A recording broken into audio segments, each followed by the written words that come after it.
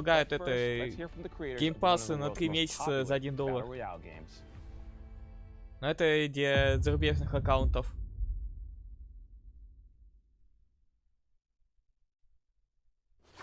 Типа Мы мы в же России можем купить не сменить сможем. регион. А ты просто регион. купить не сможешь. Это в официальном магазине предлагают. Но хотя если сменить VPN, то может и получится. Но там уже будет проблема именно с самим фактом оплаты, то, что у тебя российская карта.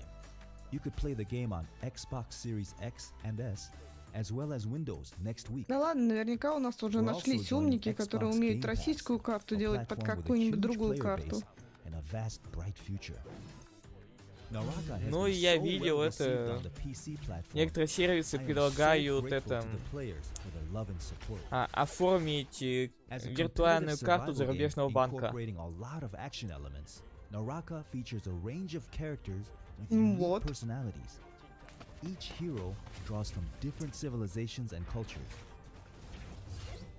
Вот насколько это работает, хрен его знает.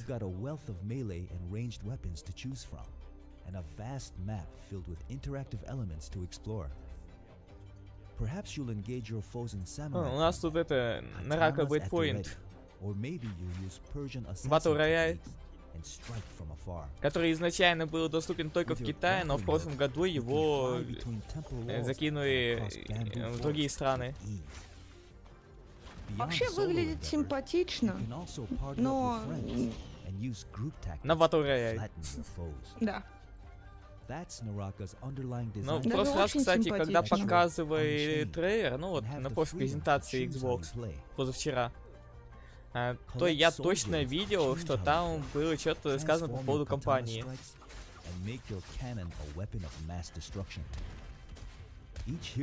Не, ну это-то уже все почти научились действительно делать, Шаклин. Я тебя спросила, кто эти 4 человека. We can't forget to mention our unique face customization system. Кого ты обрадовать решил? You'll never need to worry about running into a doppelganger on the battlefield, because you're able to edit your hero's features to your heart's content. You can even recreate your favorite faces. Так мне это показалось или нет? Что именно показалось? А ты видел, что показывали? Там было такое небольшое окошко, где типа можно было свое лицо вставить. Ну, в редакторе персонажей. Ну, наверное, да. Ну.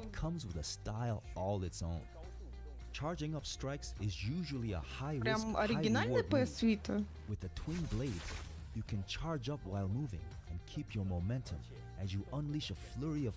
Если это оригинальный PS Vita, вот кинь мне ссылку в личку. У меня мама давно хочет себе PSP. PSP и PS Vita — это разные вещи. Я знаю. Это не меняет того, что это портативное. Это да. Тем более, да, вот, снова увидел, про рисунок компании сказали. Да-да, вот.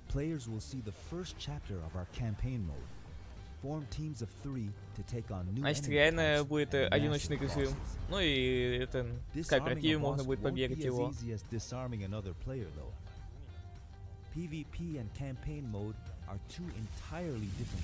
Но еще одну не скажу, это говорю, это либо овсяночки, я подозреваю, либо другому стримлеру.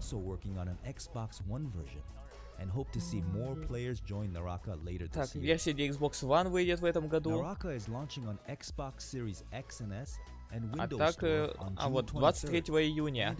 Также будет в геймпассе. 23 июня ведут геймпасс и появится режим компании. Ну, я могу VPN врубить, чтобы открыть ссылочку. Да я хотя бы посмотреть, сколько она стоит. Я говорю, мама уже давно хочет. А прошить, я думаю, на совке почти каждый сможет. Это добро.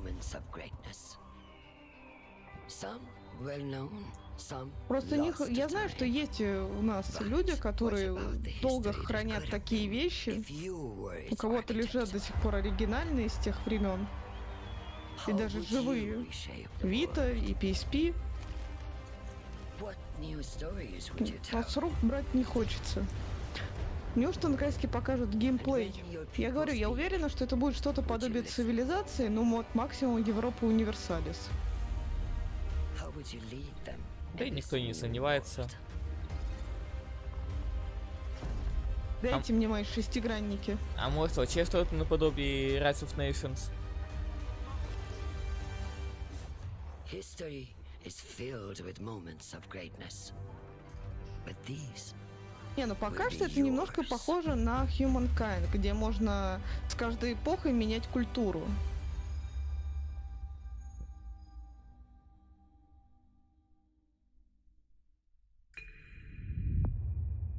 Да, будет с первого дня в геймпассе. Это мы в курсе. А геймплей-то можно? Ну, так сейчас, скорее всего, будут подробнее рассказывать. Ну вот, разработчики. And on behalf of the entire studio, we are really excited to be here and finally be able to talk about Ara. I mean, we all are excited too. You just had the world premiere 2 days ago for Ara. And I have to say, I'm a really, really big history fan. I love me some history, so I've been looking forward to talking to you two about this. Now, we all know this is not your first strategy game, but the vision behind Ara is so ambitious. So tell us more about it. And also for those who are new to Oxide Games, we would love to hear more about the studio as well. So Oxide Games was founded 9.5 years ago in my basement, actually, from the development leads of Civilization V. And our goal is to push strategy games to the next level. And what's really great about working on a new IP is that you don't have Я хотел сказать про Цивилизацию 5, скорее всего, то, что будет схоже с ней. А вот и при Альфа. У меня были похожие кеды на платформе. Ну, платформа, правда, была поменьше.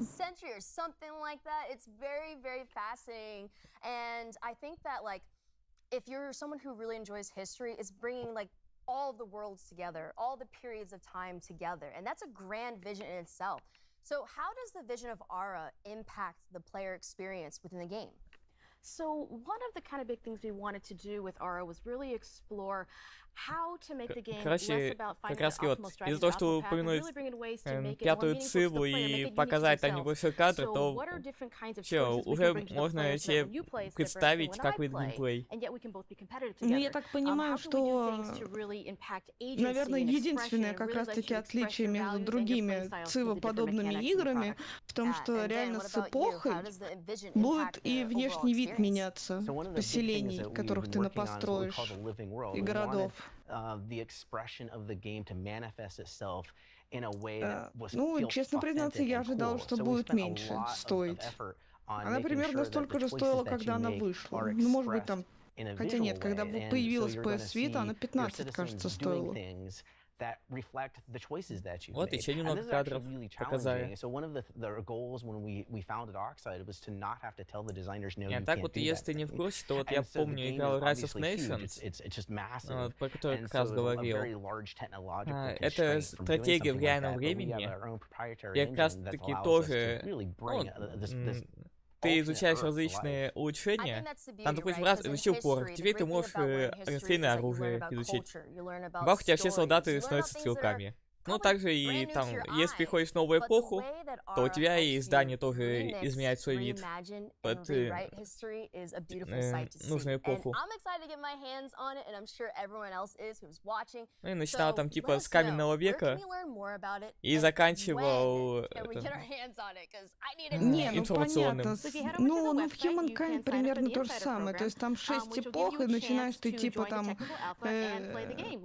с переселенцев, когда вы еще там 2-3 человека, да, вот вы идете стайкой, и типа свое первое поселение основываете, и там уже постепенно разрастаетесь. Но дело в том, что у Humankind такая механика, что ты каждую эпоху можешь сменить культуру.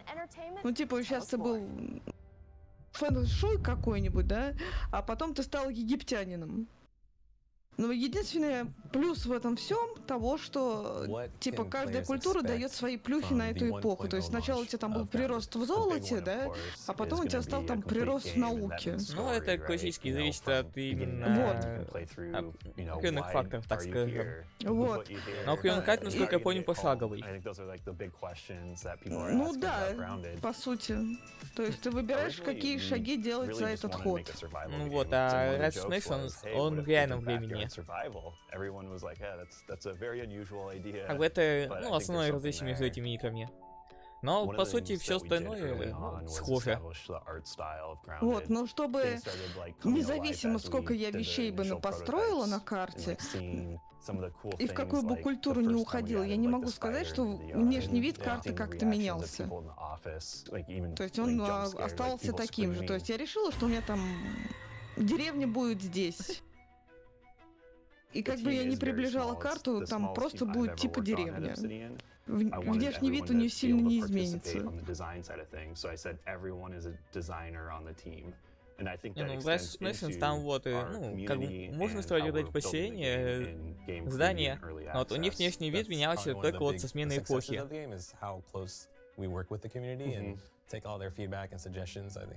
Там типа вот, перешел уже в современный мир, бах, у тебя там это... Ну, современные дома уже стоят. Это обновление граунда даже обсуждается же, правильно? Выход из раннего доступа. Ну, в любом случае, Шаклин, кинь ссылку. Я погляжу. Ну и сама понимаешь, что с выходом из раннего доступа еще кучу контента вкинут.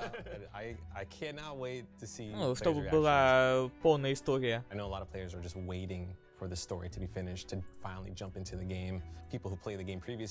А тут и сюжет какой-никакой есть.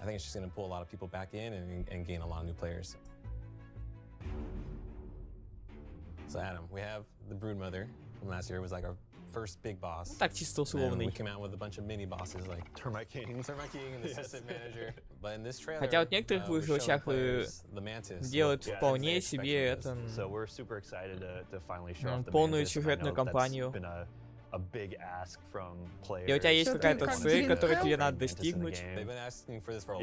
Из таких выживачей, я говорю, вот знаю только Grand Hell, где есть, ну, разумеется, Сабнаутика, это тоже выживач, но имеющий полноценную сюжетку. The Forest. The Forest, да, вот я вот только 3 игры таких знаю. Но Underground это вроде как тоже имеет сюжет. Super crazy. And then we hit the next milestone of 10 million players still being Xbox. Вот, а по поводу арахнофобии Котлета спрашивает, будет ли режим. Ну, я не знаю. А чё, Котлетка боится паучков? Нет, он не боится, просто, типа, его ж прикололо тогда, что в Satisfactory за место паучков появлялись котики. Но это их уникальное решение. Да. Такие статичная картинка, которая движется на тебя в виде котика. А вот снова предлагают купить 3 месяца геймпасса за $1. Но грёбаные санкции.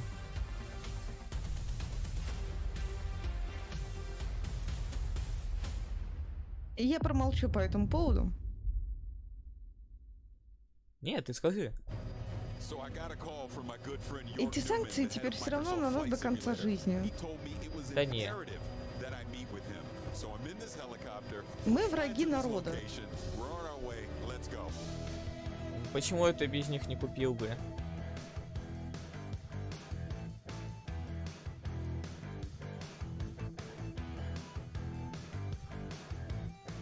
В рейбенах настоящих. Да, самые уникальные и удобные очки.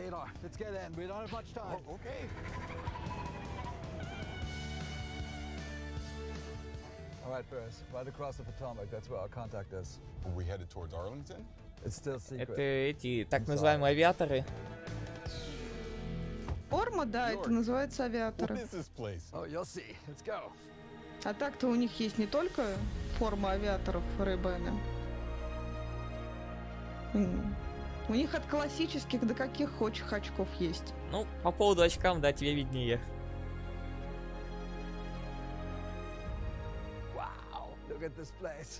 Ты же у нас все-таки работал в этой области. Paris, I would like to introduce Nick Partridge from the Smithsonian National Air and Space Museum. Thank you for having me.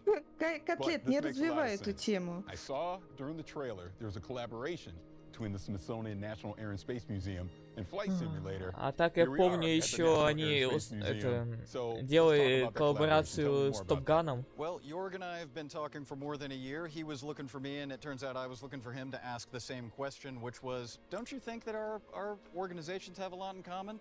Dedicated to bringing flight Ну, to походу, everyone? да, они будут сейчас мы это флайт-симулятор обсуждают.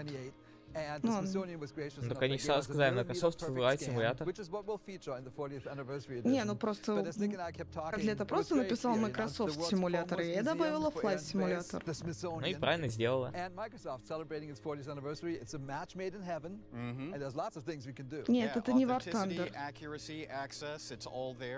We're hoping that if Опять everyone has начинает as much всякую fun in фигню the community говорить. with the content that we initially collaborated on, a couple of our most historic aircraft, Он and some of the просто other уточнил. aircraft in this center are already in the simulator, maybe we can Ну, от jump in чего with бы на both feet and презентации do more in Microsoft the был years бы to come. War Maybe Thunder? even, who knows, we'll go crazy, we'll put the space shuttle in Ничего there. не связано между собой компании. Oh, that sounds amazing. All right, you guys have never been here before, No, right? this is my first time. All right, so keep your eyes peeled, stick together, and Jorg, I've got something special for you right around here. Perfect. Check this out. This is my favorite plane, the Junkers Su-52 3-motor. Amazing.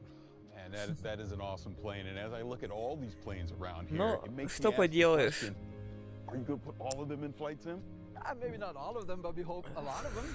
In the 40th anniversary that comes out this fall, we already have 3. We have the Wright Flyer, the Spirit of St. Louis, and the DC-3. And we hope to get a few more, as Nick and I were talking. Но при этом в обычную версию можно поиграть в геймпассе. You know, I keep saying amazing because this place is amazing. И хрена себе Just like цены. Flight Sim, it just Прикинь, keeps going. So, это what цена else на is дополнение? It does seem like we're going supersonic, like the Concorde. Ну и сам Microsoft Flight Simulator, он тоже, даже основа стоит недешево. А ты думал, дополнения дешевле чем-то будут? Да нет, тут это Александр говорит то, что вот дополнение для второй части это парка юрского периода стоит 108 рублей в Турции. Check out this beauty. This is the Beechcraft Model 18. They call it the Twin Beach. It's a famous plane. And that's also launching today. And it's a great coincidence. It's actually a huge coincidence. You've been working on that Beechcraft since before we met, but it's a great example of how much we already had in common. So, Jorg, what can we expect the rest of the Я year from завидую, Flight все, Sim? я молча завидую, не переживай. Но это цена дополнения, не самой игры. Я понимаю. Но у нас даже обычно вот цена потом дополнений рублей 400-500. Да я тут до сих пор облизываюсь на все дополнения Planet Zoo. Там каждое дополнение стоит от 400 до 700 рублей. Ну, в зависимости от дополнения. Ну, также ведь и в этом еще Евротрак Симулятор. Вот, ну извини, в Евротрак Симуляторе то меньше дополнений, чем на данный момент в Planet Zoo. Ну, да. Вот, а так, когда я только постигала, скажем так, просторы Стима, он мне показал то, что типа, ну я не помню, на какой игре я там зациклилась, он типа... Поверь, это еще недорого, я в плане. Ну, есть игра про паровозики, там дополнения. Их до хрена много, и показывает мне коллекцию, и стоит, в общем, там 108 тысяч все дополнения. Окей, я все понял. Там вроде даже больше есть. Ну да. Так вот, короче, еще немного печали. Сама же игра в Турции, ну вот это, парк юрского периода, с 50% скидкой стоит 155 рублей. То есть, получается, без скидки она стоит 310. Ага. У нас она стоит что-то там в районе 1000, да? Ага.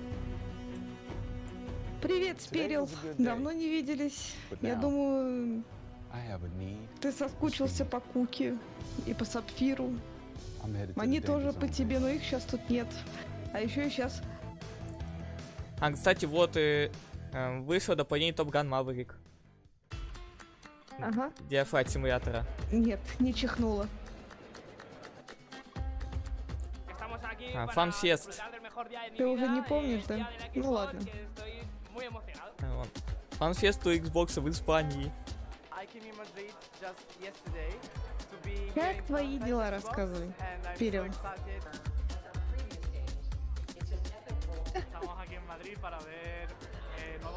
Ну точно не гачи.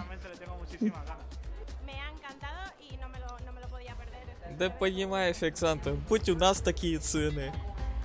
Как жилось бы проще.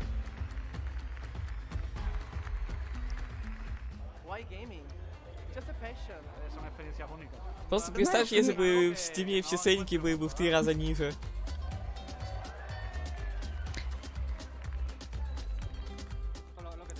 Ну, я тут на днях смотрела, сколько стоит билет в московский зоопарк, 800 рублей. И поверь, мне дешевле сходить посмотреть на настоящих животных, чем купить игру про Jurassic World Evolution 2, в общем. Кстати, я тут вспомнил, у нас 1 июня на День защиты детей. Вход для детей в зоопарк сделали бесплатным. И в итоге люди жаловались на то, что там очередь в целый квартал в этот зоопарк. Это не то, что один поход в магаз. Это вообще, лично, по моим расценкам, это пол похода в магазин. Ой. Я меньше, чем на 1500-2000 никогда не закупаюсь еду. У меня меньше тупо не выходит. Блин, у нас вот показывают игру от авторов Рика и Морти. Да, с их чудесным оружием, я помню, ты выказал желание поиграть. Ну так тут болтающее оружие. Еще и от авторов Рика и Морти.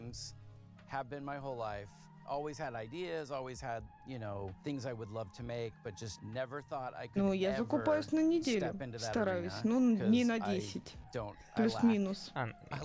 Это вот, например, мне сегодня бесплатно достался обед на 700 рублей.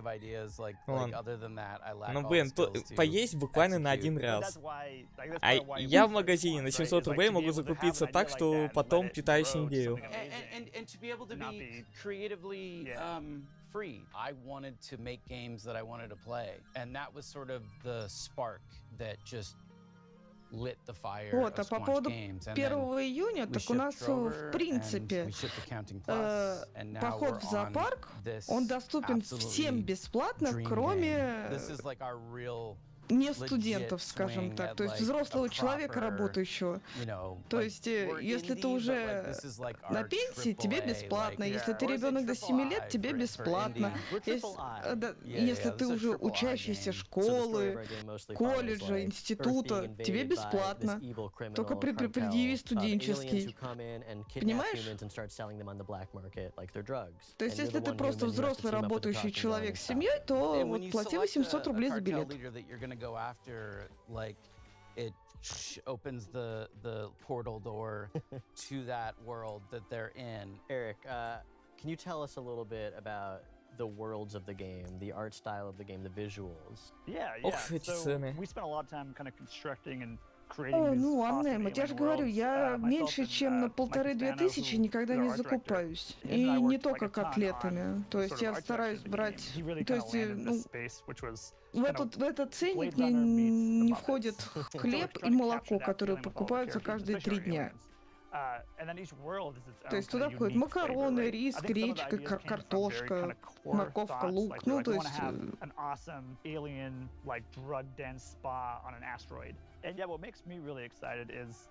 А я вон, например, могу сварить кастрюлю супа. Все, у меня уже на 1,5-2 дня еды есть.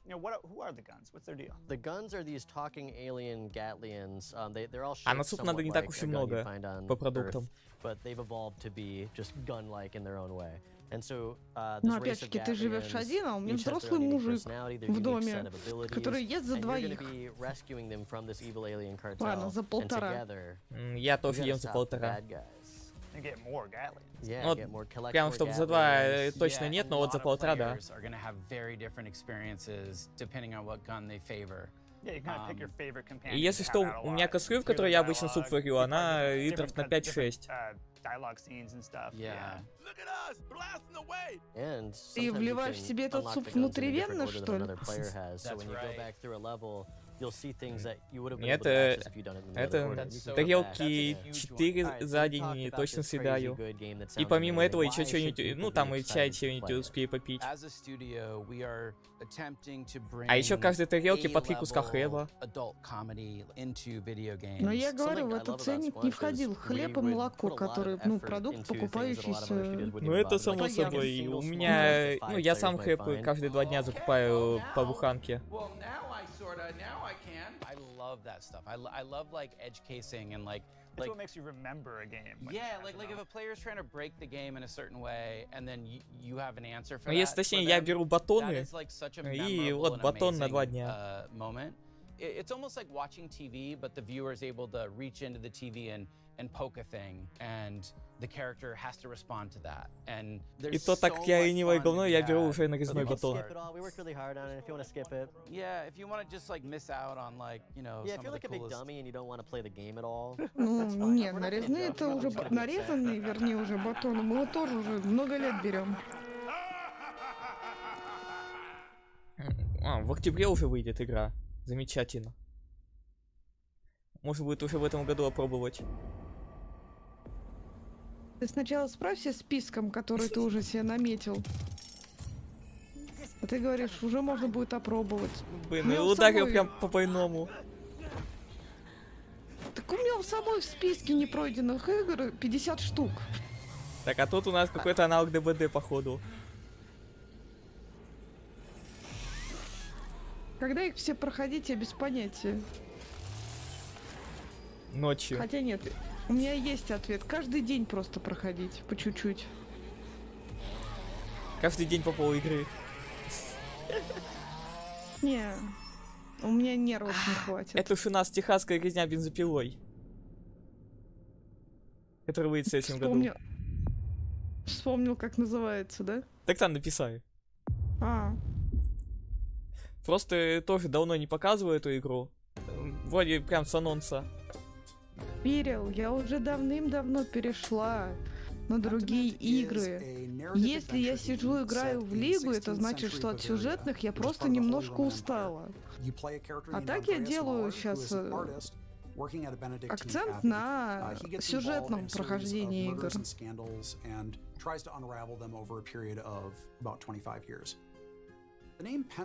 А я, в принципе, всегда акцентировался на сюжетных. Но иногда все... Кирилл тебя и не спрашивает. Но иногда я делаю перерыв тоже там на что-нибудь это... фигней пострадать. Например, последний... Ну, сейчас иногда симуляторы могу позависать. Это Экос. Это, скажем так, коллега по стримингу и по кооперативному прохождению игр. А так, кстати, вот из-за того, что я сейчас увлекся играми по подписке, я немного подзабил на Elden Ring и подзабил на это, на симулятор по сборке моделей. Ну, по сборке раскрашивания моделей. Это я, да, помню. Referencing as far as the narrative, but also thinking about the types of games that were like what we imagined we wanted as far as a gameplay experience. Вообще-то Макдональдс переименовали в Майбургер, а не на вкусные точка. Вообще-то его ты везде, где я не читал, везде пишут, что его назвали вкусная точка. А я даже логотип видел, где типа мой бургер. Ну ладно, я не хочу по этому поводу особо спорить. Как бы до этого я слышал, что это приложение переименовали в мой бургер.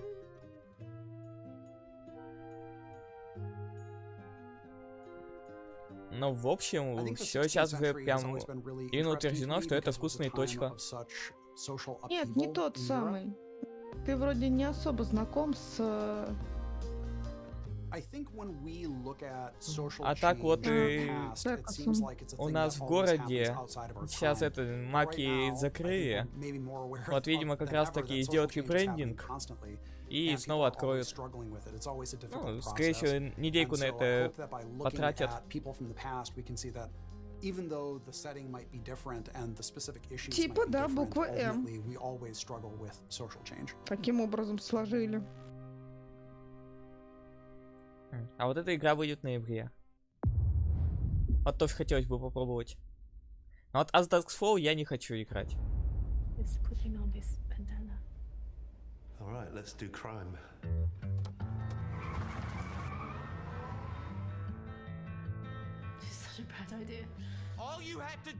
Это игра, которая тебе понравилась. Насколько я помню. Сама игра, да. То, как она выглядит, нет. Фейт, привет, давно не сбегал.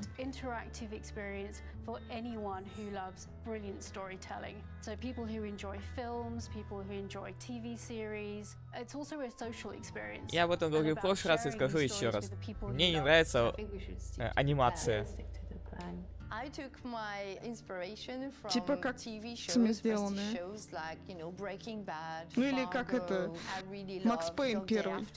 Типа в таких рисунках. В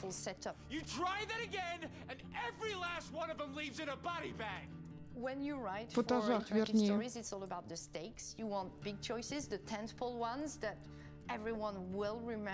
Не, понимаешь, когда подобные, допустим, визуальные НВ, ладно, там это хорошо смотрится. Когда вот в такой полноценной игре, которая как интерактивное кино, по сути, идет, то это уже совсем другое. Тут оно, ну, не к месту. Почему именно для девочек? Мне не обязательно, чтобы она была для девочек. Фейт. Это было лишнее уточнение, но посоветуй.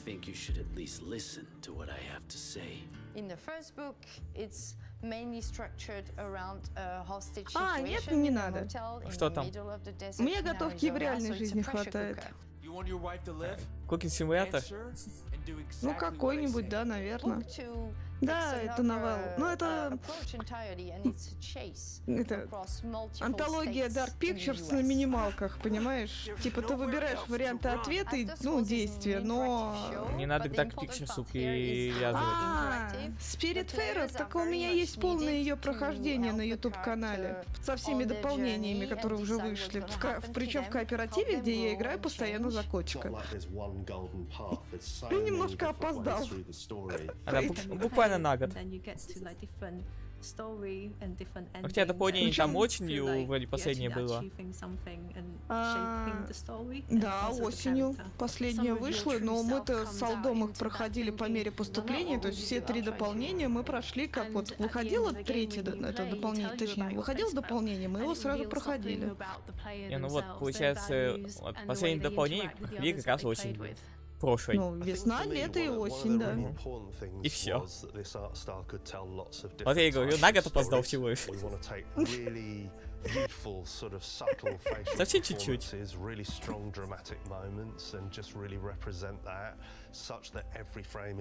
Причем мы прошли игру полностью со всеми мини-квестами. Единственное, что я не сделала до конца, это я не открыла, конечно, все рецепты. Мне было слишком лень копаться.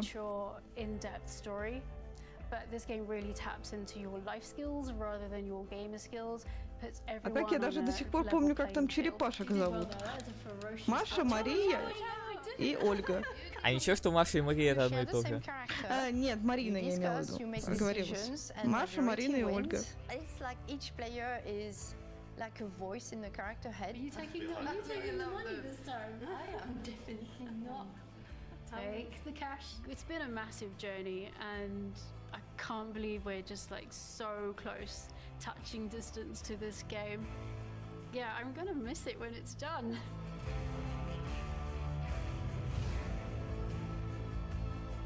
Inscription у меня в списке. Хоть это и карточная игра. Это карточная игра, но дело в том, что я не помню, сделала я пометку в своем списке, в своем файлике или нет, но в скобочках я вроде там хотела написать то, что возможно это будет один стрим. Ну, у нас и, с вами если раньше мне совсем не зайдет игра. А первую часть ЕГС раздавал, причем одну из первых, как только они в принципе начали раздавать игры.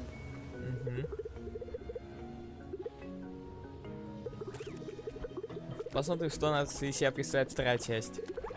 Обе части, обе тоже есть на ютубе. Фейт.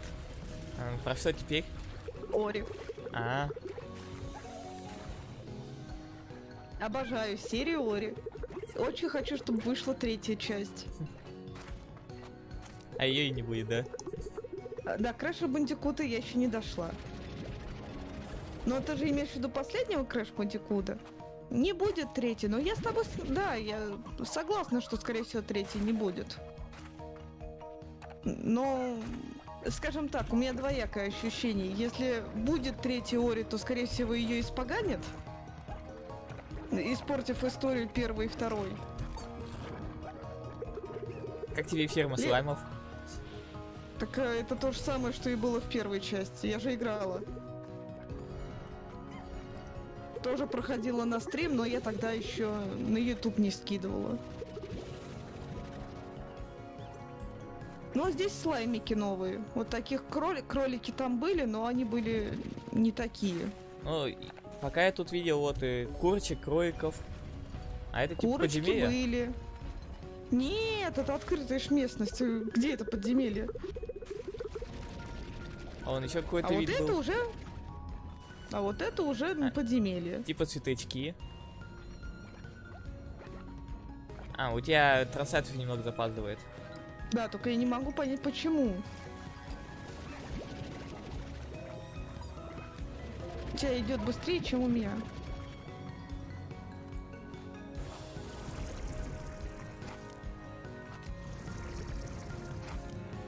Pyro ремастер будет тоже обязательно. И спасибо, я как раз эти две игры добавлю в список. То есть Spyro антологию и Крэша Бандикута последнего. Кстати, помнишь, что я играл в игру-то про кролика с кулачком? А, чист, ты имеешь в виду? Да-да. Еще это... Вроде в подписке я видел игру The Always Run наподобие. Это надо залезать в подписку, сейчас я визуально не вспомню. Там про чела с тремя руками.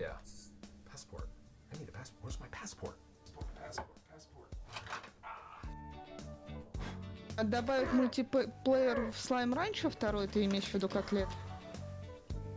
Ну и я думаю, эта игра не требует мультиплеера, вот вообще ни разу. Она реально чисто оттянула. Катана Зеро тоже уже пройдена. И тоже есть на ютубе, если хочешь посмотреть прохождение. А вообще у меня есть список пройденных мною игр на канале. Ты можешь залезть в него и посмотреть. Ссылка же есть на Трова. Я помню то, что ходил Катана Зеро.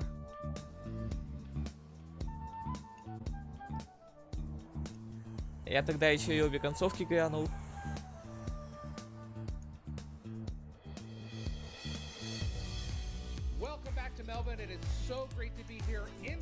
Еще один фанфест. А уже в Австралии.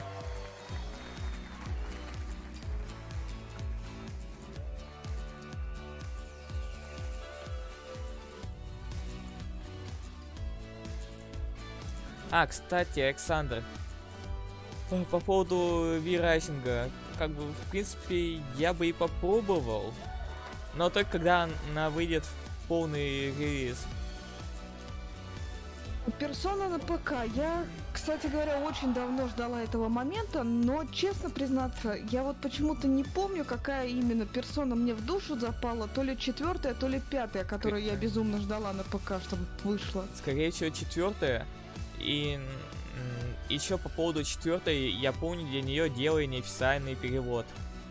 Но, ну, для версии это приставки. Вот. Потому что историю первой персоны и второй персоны я смотрела на Ютубе.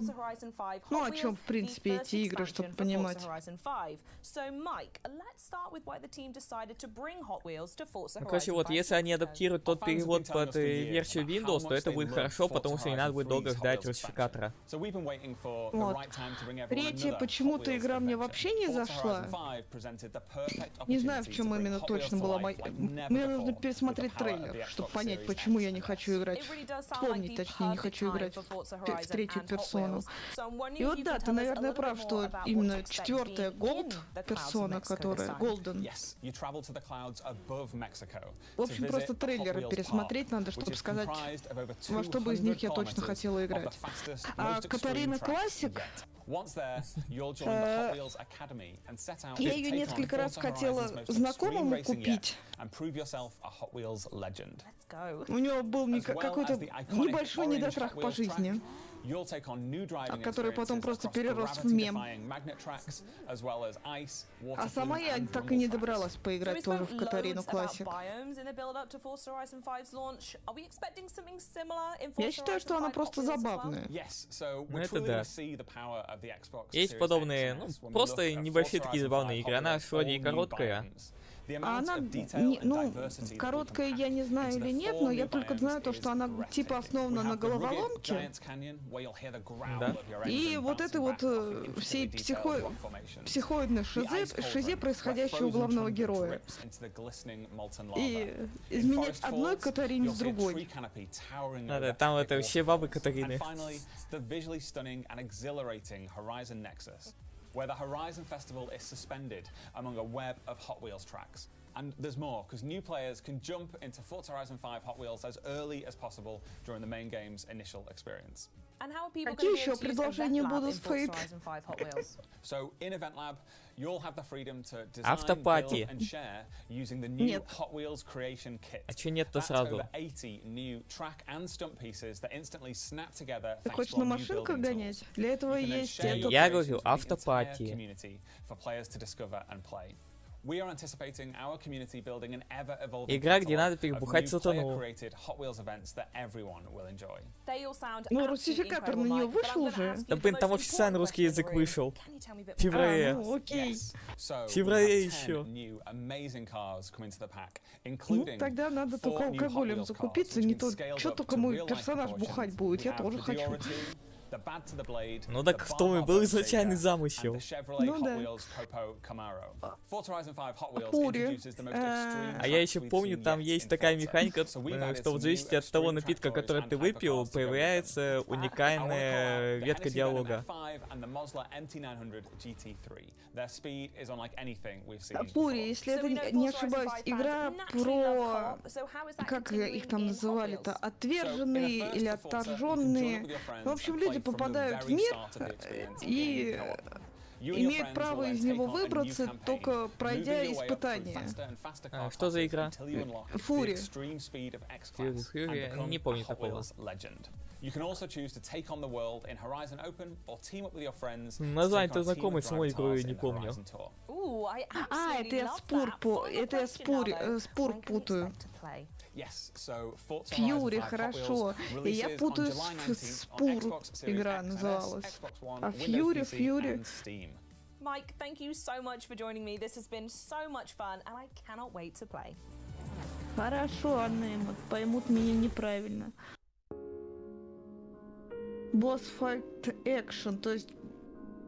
Как Adult Souls. Когда надо только с боссами. От босса к боссу. Прыгать. А тут Fall Guys. Я вспомнила, о чем эта игра. Да, до нее можно будет когда-нибудь добраться. Ну вот, 6 пути. Астерикс и Обеликс, что ли? Разрисовочка.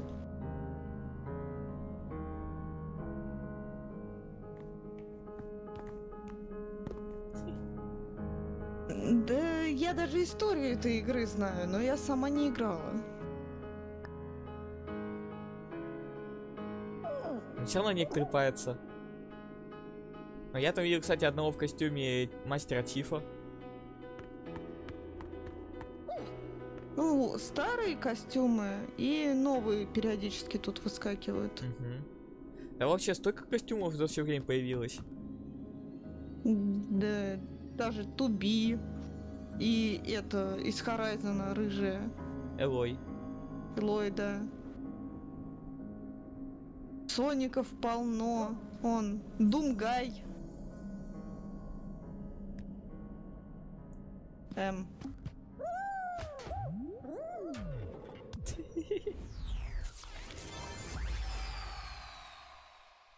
Ну да, вот, кстати, из Хейла набор костюмов показали. Minecraft Legends is the action strategy take on the franchise. Костюм себе обелиска, ну, обеликс, вернее. Так, ну, в любом случае, по поводу Фури, скажем так, у меня не то, что есть рвение в нее играть, но я была бы не против в нее сыграть. То есть это не та игра, от которой бы, ну, типа, я бы такая, нет, ни за что в жизни. Нет, хочешь, закажи, я пройду ее. То есть, ну, так добровольно. So one, tell me a little bit about what it means for the team to actually be able to reveal the game. Что нам тут новенького покажут по Legends? Юрий, хорошо. So excited to finally be able to talk about this game with the world. We've been working on this game for some time now. Minecraft Legends is an action strategy game is set in the Minecraft universe. Да, насколько я читал, это наполовину стратегия, наполовину экшен. Ты про Minecraft Legends вот это вот? Да. That is welcoming for, you know, people who may have not played Minecraft, Ну, but и also то, что есть people элементы who и have. оттуда, и And I оттуда. mean, you've seen the trailer. It's about going and traveling through these beautiful biomes, exploring this world that is familiar yet still mysterious. And so as you explore these lush biomes, you collect resources, and then you use those resources to build defenses from Блин, these почему dangerous, кролики but very такие cute квадратные, но piglins. симпатичные? And in those offensive, you're able to Кролики — fight это them не back только and send ценный them мех. back to where they come from.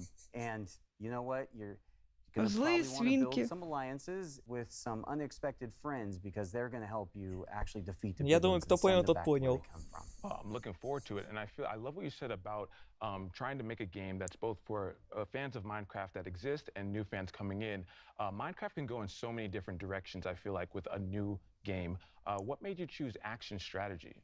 Well, really, it was many years ago, as a group of folks at Mojang sitting around talking about what game genres they really enjoy. And action and strategy were the most popular ones that came up. And so we started to think about who we could partner with to build that experience. And that's where we came into Blackbird Interactive. And that was back in 2018. And, you know, the project was codenamed Badger. And an interesting little fact for many of those people Неймак, ты меня там только не follow угрожай, Minecraft, ладно? if you go back to Minecon Что ты меня заставишь во что-то играть? and you look at the shirt that Jens Berenstain was wearing, you'll За see a неправильное graphic on произношение there, and it's in the shape of a английских badger слов. head. And really, that was meant to be an Easter egg for years forward, which here we are now. That's... I gotta say, I love Я a могу good ради Easter тебя egg. дуалинго Now, where would you поставить, say но это that не Minecraft поможет. Legends fits in the overall Minecraft universe? Это он Well, the закажет Minecraft игру, universe is которая always growing and это, expanding, создана для and if it's изучения not английского. from our partner Да он communities, уже на then меня it's обиделся, from жопу Mojang лисы specifically. Like you показал. mentioned, Minecraft Dungeons. That's a great example where Mojang Да, went out тебе and вечно built this dungeon показывает. crawler experience in the Minecraft universe, and players love it. It's А тут сейчас wonderful. показывает Не. геймплей из Minecraft Minecraft Legends, we're Dungeons. trying to do something similar, really. Не, он And в этот here раз we're именно gonna be показывает introducing обиженную a лису, narratively которая driven к тебе типа campaign спиной with a whole повернута. bunch of new characters and a lot of other things Так that что I'm это not я ready to расцениваю share как right то, что на now. меня обиделись. Dennis, Типа, I thought we фу, were friends. I thought we ишь were ты friends. You какая. can share it Фе, with me and everyone да. watching. Да, No? фе. Okay, I won't pry anymore. But tell us when the game is coming out and where we can keep up to date. It's coming out in 2023 on PC and console, on Так что Xbox будут Game еще Pass. смайлики, еще больше And if you смайликов, wanna know если до второго more, тира just follow us, поднимешь. Twitter, or, you know, А jump так вон on это сказали то, Minecraft.net. что выйдет в следующем Dennis, году. I'm so excited to jump into Minecraft Legends. Thank you so much for stopping by and giving us the Ну, lowdown. я знаю, во что тогда будет котлета засиживаться играть. Но он уже сказал то, что игра говно, и я в это играть не хочу.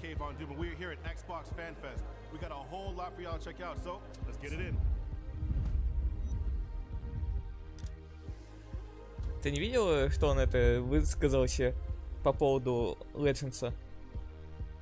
Не расслышала. Фейт. Но он в чате Дискорда писал. Это... Так, у меня Дискорд не открыт сейчас. Фейт, у тебя есть еще предложение, во что поиграть, помимо Фьюри, Unnamed? Дискорд не открыт, ты в Дискорде сидишь. Писал он позавчера. И вчера.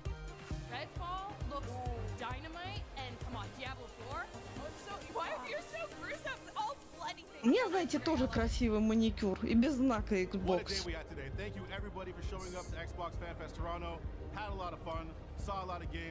А ты делай со знаком Xbox. Не, максимум, с чем я бы сделала. С Лигой Легенд. А и на каждом ногте один персонаж, да? Нет, ты чё? Silksong. Unnamed. Шаклейн, скоро будет Silksong. Ты там недалеко ушел? Да не скоро еще.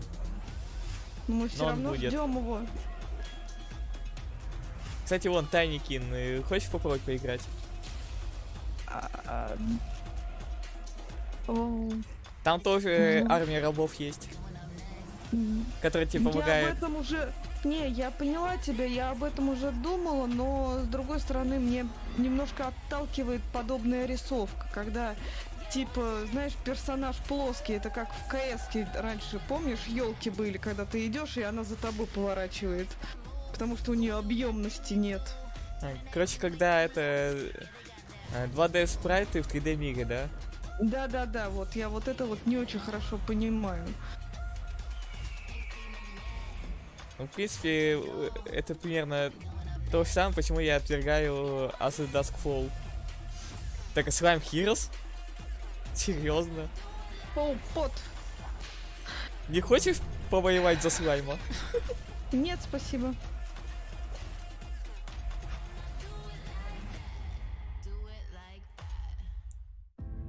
I'm joined now by Sarah Bond, who leads the gaming ecosystem organization here at Ну ты просто молчишь. Sarah, it's so great to have you. It is awesome to be И я уже начинаю подозревать, что тебя тут нет. Yes, I'm super excited for this conversation because, as we know, тут есть, но его нет. crucial to Xbox's success, and whenever you talk about them, Они вообще все противные, очки перестали все тратить, вызывать что-нибудь интересное. А, кстати, ты смотрела фигню, которую я тебе скидывал БК?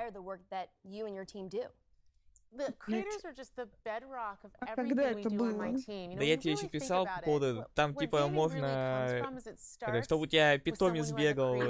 Питомец, я уже, это я помню, это я смотрела еще тогда же, когда ты скинул. Ну просто я пока не поняла прикола, типа, Ну у тебя бегает питомец, это за которым чат за очки может это ухаживать. Я знаю, за битцы, которые есть на Твиче. За бицы. А разве не за обычные баллы? Нет, за бицы. Я думал, за обычные.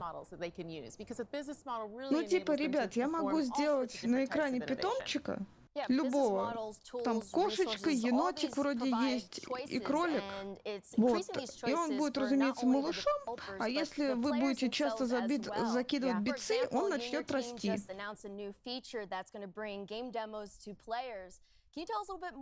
Тебе надо уточнить по поводу этого, можно и за обычные баллы. Project names. I wish they would just let me name it, but they won't. I know. They won't. Can we change that? Well, look, we were sitting around as a team and we were thinking about some of the things that we've always loved the most about the gaming industry. And one of them was, remember when you would go to like a show like PAX or E3, я о том и говорю, and you would go to the show floor and you да вы даже очки канала перестали тратить.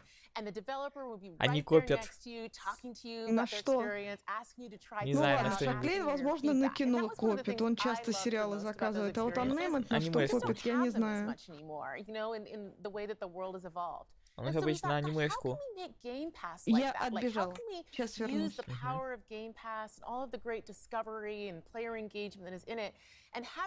create for creators that opportunity to engage with fans early as they're creating their game, and also for players to get to experience Начинаете something that восстание, they're она really ушла. anticipating. And so that's what we're going to do. We're actually going to have a program that enables developers to take a piece, a level of their game, and put it into Game Pass so that they can get that great feedback and players can engage with them.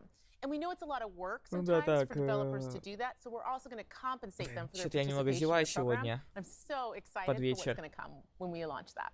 I think the one thing that we all miss is that connection, right? And now that we are able to come back into conferences and stuff like that, we still need to Сегодня на презентации много болтают, потому что в основном все интервью с разработчиками по поводу игр, которые презентуют. to diversify the games and bring diversity into games. So how will Microsoft help to further that front? Yeah, we think about it all the time, frankly, as Microsoft, as Xbox, А нового in my практически team in ничего. particular, because creators is core to everything we do. You know, if you think about a game, it enables you to experience a perspective, a point of view, in a way that is deep and immersive, unlike any other form of media. So the importance of everyone having an equal opportunity to share their story and their perspective through a game, and what it means to shaping our perceptions, to what we talk about, to what we believe, Просто обо всем подряд болтают. is critical, and we think about that all the time. So what we've done as a team is we're continuing to expand the set of developers who we're engaging with and bringing them into the Xbox ecosystem. Каких We именно actually more две than игры doubled the заказано? number of Ну-ка, developers that расскажи. are making games for Xbox, and we saw lots of those games in the last day. Александр, так не в курсе, что у тебя там And заказано. the other thing that we did this year is for А, the ты... first time ever we actually have a presence in Africa. Я We have подумала, our что он first что-то Xbox заказал, я employee имею в in виду из Africa, того, что мы были specifically просмотрели, dedicated to там working типа with creators in the предзаказ region. сделал, а не то, So, что у what меня business would you like to заказано. lead Ну, for типа мне он creators who are заказал. interested in Я о starting in the другом industry? подумала, Yeah, I а get не... that question a lot. People say to me, gosh, Как I этот, would что-то really like Фёрбик. to be part of the gaming industry. I'd love to make a game. How do Я I хз, о break чем through? ты. How do I get А ты involved? спрашиваешь, какой I say, из них first не of all, нравится. network. Talk to people, meet people, connect with people, just how you and I connected actually at an industry event, which we met at, which was super fun. You know, build that network and that connectivity. Ты 'Cause в it's so курсе, что critical за in every фюрбики? industry, but I think particularly in gaming, right? Фёрбики? You know, Да. go to industry conferences like GDC. Ну вот смотри, meet это people, раньше были learn, игрушки try такие, that сейчас, out. в общем-то, And if you're вроде interested есть. in making a game for Именно, Xbox, you can actually go to github.com, you can actually ну, именно download the игрушка Xbox как Game игрушка, Developer то есть Kit как and мишка get плюшевый. started. Но And только once you типа have a game говорящий, concept, там you can also хлопающий submit it online to этими ID at ресницами. А, все вспомнил, да-да. Вот. И похожи они чем-то вот как вот... If you actually want to get involved in the industry, Блин, как же all companies назывались are great, but эти I highly зверята, recommend you check out coming to work at Xbox. которых нельзя кормить и поить после 12? Да, и это, блин. Из геймеров, я не помню, как его там называли. Вот этот пушистый, который... Да-да-да, вот это вот именно они. Это и есть фёрбики. Во всяком случае, срисованные с них. Of people being able to tell their story through a game and how incredibly powerful it is. I mean, when we were talking about that, I was thinking about an experience Я и без этого знаю, кто я. that's been very touching for me. So, you know, a couple years ago, we started really consciously extending the depth and breadth of content that we have in the Xbox ecosystem. Я даже не знал, что их есть несколько разных I видов. got to know the team making Stalker 2 really well, and I actually got to intro Ой, that Сталкер, game ни хрена last себе. year in the Xbox Game К Showcase, сожалению, and it's just Сталкер 2 incredible. вырезали And the русскую thing was, when I was озвучку. looking at that game last year, Прям and I was просто looking at взяли и the story that they were вырезали. telling, and they were talking about the beauty of the land and their dedication to their culture and their country. А еще And I перенесли thought, на wow, this следующий is a год. cool game. This is a compelling story. But sitting here today, you know, recognizing that that team is Ukrainian, they were based in Kiev. Но русские субтитры оставили. Ужасная анимация. Или она просто в ускоренном виде так ужасно выглядела. Но это... Poignant and visceral to me. На стадии You know, работы, как you're- это This выглядело. is a team who's talking about Ну, their потом-то все равно culture, это дорабатывается. talking about fighting Не, ну for понятно, но просто у нее сейчас existence of губы being и a глаза nation, of being a выглядели, как будто они people, of having their отдельно own от language. лица живут. Понимаешь, And now это we именно all проверяя, in the ну, world короче, в have разных got to see положениях, как это how tenuous будет. that in fact is. Но для And этого же мышцы it's лица an все honor, равно frankly, должны to be part of двигаться, this industry чтобы это and to выглядело have the адекватно opportunity в to разных uplift their положениях. voices А and так to let their получается, что у него story be щеки told through a статичные gaming были, и вот experience, губы сами по себе especially knowing пляшут. what we know now. Ну так как бы задача как раз и была в том, чтобы это анимацию глупую проверить, чтобы она более-менее адекватной была.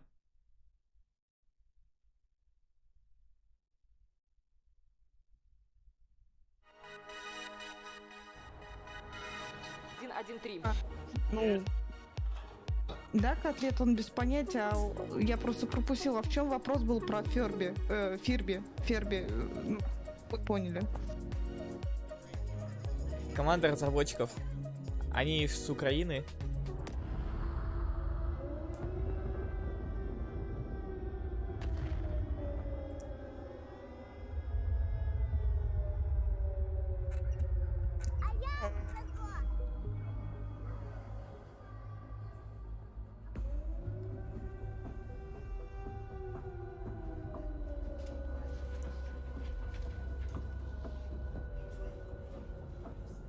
Задолбали.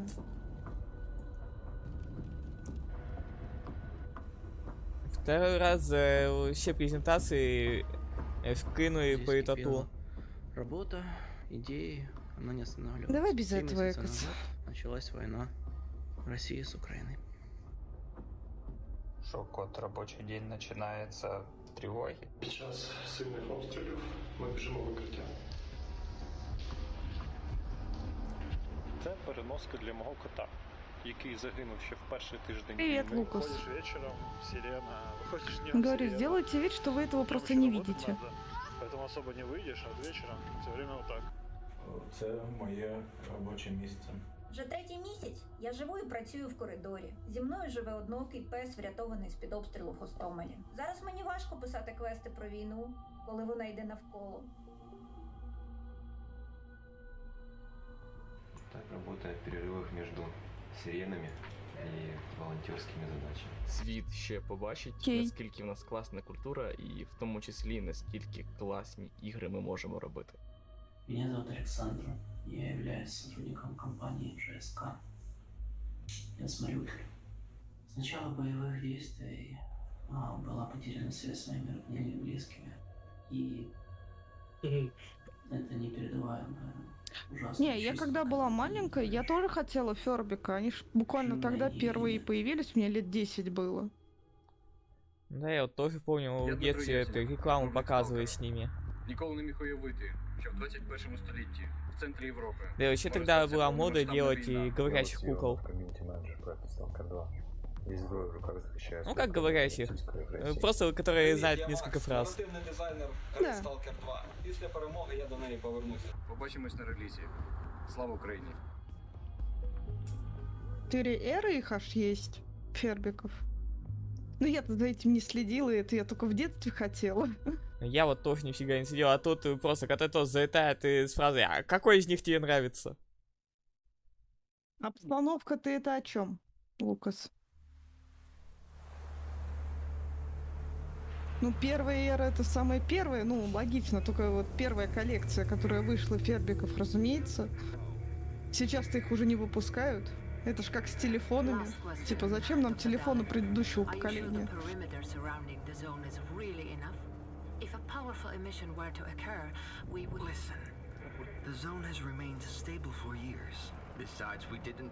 Не знаю, моя самая любимая компания это Аврора. Она делает самые крепкие и долговечные игрушки. А я игрушки не покупаю, я вообще хз.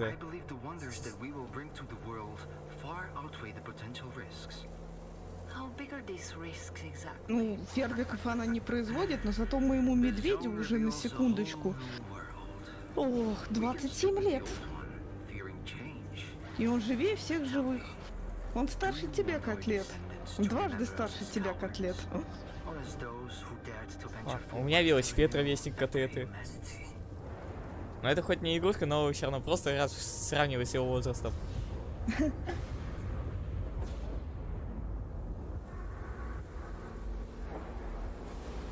Но просто я вот свой велосипед покупал примерно 14 лет назад.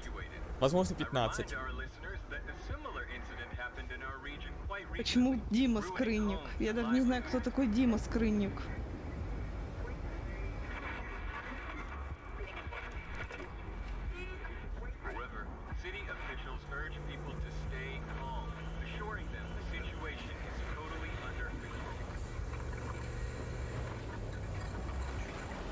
Он пережил эру динозавров? Я думаю, мое удивление всем понятно.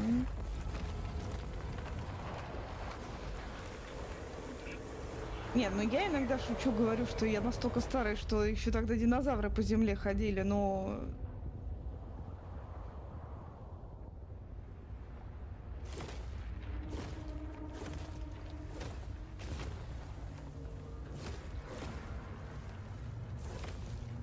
Аномалии.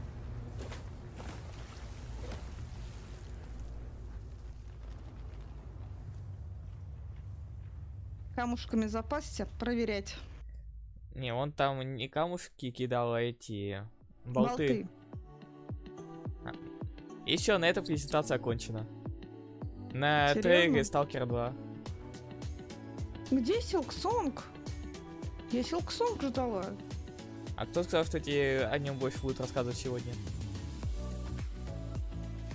Шаклейн, нас обломали. Его показай пару раз. Мельком. А так вот, на прошлой презентации сказали, вот мы разрабатываем, он будет. Достаточно.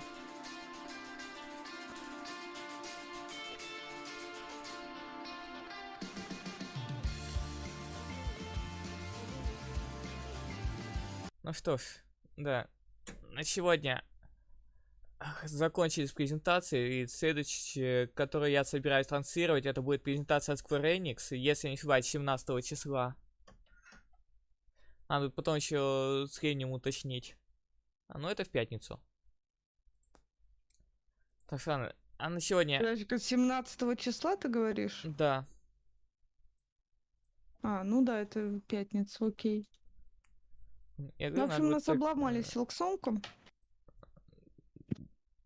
Вот, надо будет уточнить время только. А на сегодня все. Давайте, да. Всем пока.